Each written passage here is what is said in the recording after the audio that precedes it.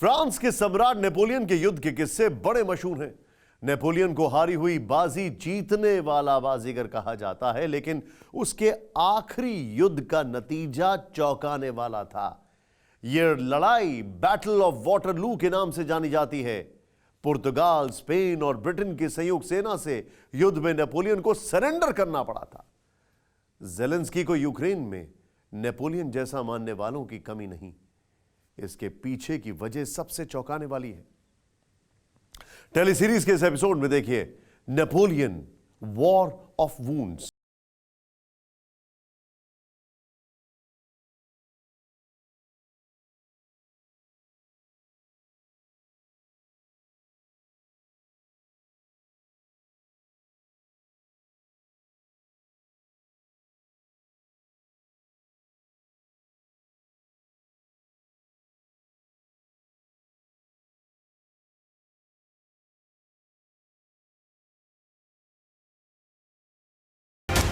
छब्बीस मार्च 2022 रेजजो, पोलैंड।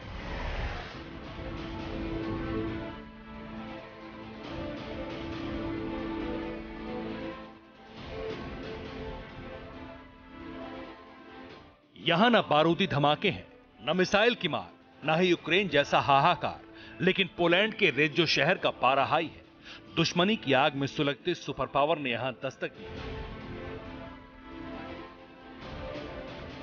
अमेरिकी president Joe Biden war zone से महज 100 किलोमीटर दूर पहुंच गए। बाइडेन की विजिट बड़ा मैसेज है, सिग्नल उस युद्ध का जिसकी कल्पना भी कलेजा कपा देती है। अजीब बात यह है कि जमीन के इसी हिस्से से 2 विश्व युद्ध शुरू हुए।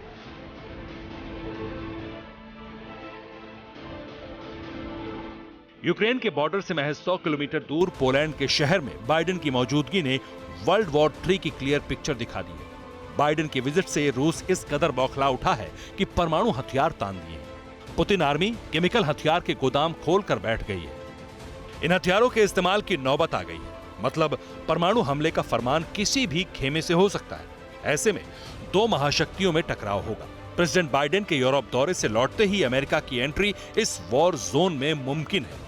अमेरिका सीधे रूसी सेना से मुकाबले के लिए कीव, खारकीव, मारियोपोल और ओडेसा में भी उतरने का प्लान बना रहा है। जंग में तबाह हुए यूक्रेन से रूस को निकालने के लिए अमेरिका नया मैदान भी बना सकता है।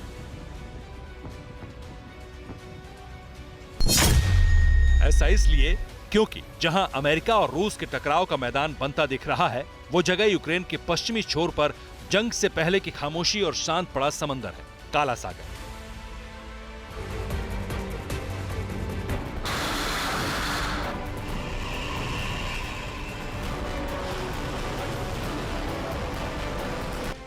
वॉर समंदर में शिफ्ट होने के संकेत कैसे मिले, इसे समझिए। वॉर जोन में तब्दील होने वाले इस ब्लैक सी का समीकरण नतीजे तय करने वाला साबित हो सकता है।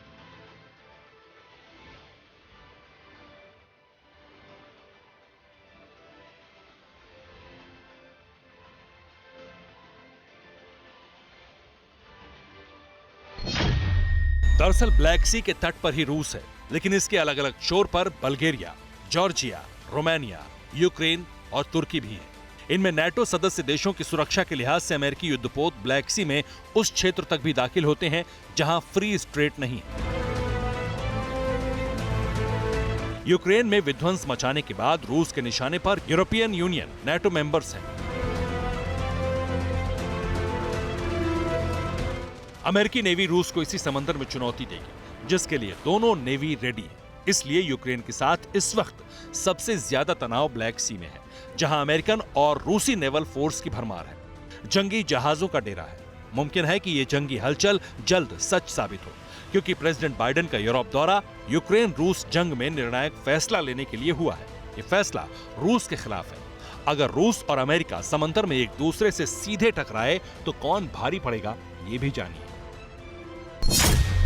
न्यूक्लियर सबमरीन्स रूस के पास 33 हैं, लेकिन अमेरिका के पास 71 हैं। सामान्य सबमरीन्स रूस के पास 17 हैं, जबकि अमेरिका के पास सिर्फ 2 हैं। हालांकि वॉरशिप रूस के पास 70 हैं और इस मुकाबले अमेरिका के पास सिर्फ 2 हैं। जहाज की संख्या रूस के पास सिर्फ 5 है, लेकिन अमेरिका के पास 22 है। डेस्ट्रॉयर रूस के पास 14 है और अमेरिका के पास 62 है। रूस के पास 5 फ्रिगेट्स हैं और अमेरिका की बात करें तो उसके पास 26 हैं। हेलीकॉप्टर कैरियर रूस के पास नहीं है, लेकिन अमेरिका के पास 9 है।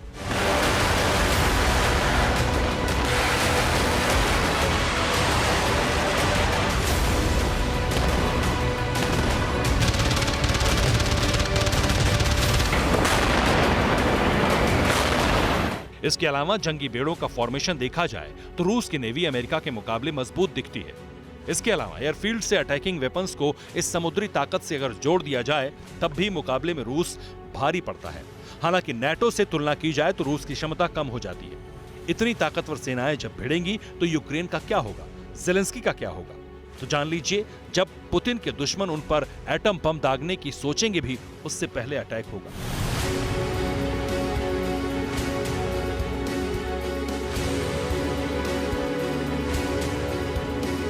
पुतिन के पास परमाणु बम का ट्रिगर है। उन्हें इसे दबाने के लिए किसी की इजाजत नहीं लेनी, न ही किसी को जवाब देना है।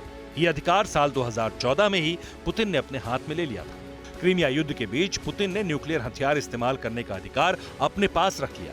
इसलिए ज़ेलेंस्की जिस जंग में बढ़त हासिल करते दिख रहे हैं, वो उनके लिए वाटरलू की लड़ाई बन सकता है, जिसमें फ्रांस के अजेय शासक नेपोलियन बोनापार्ट ने सरेंडर किया था।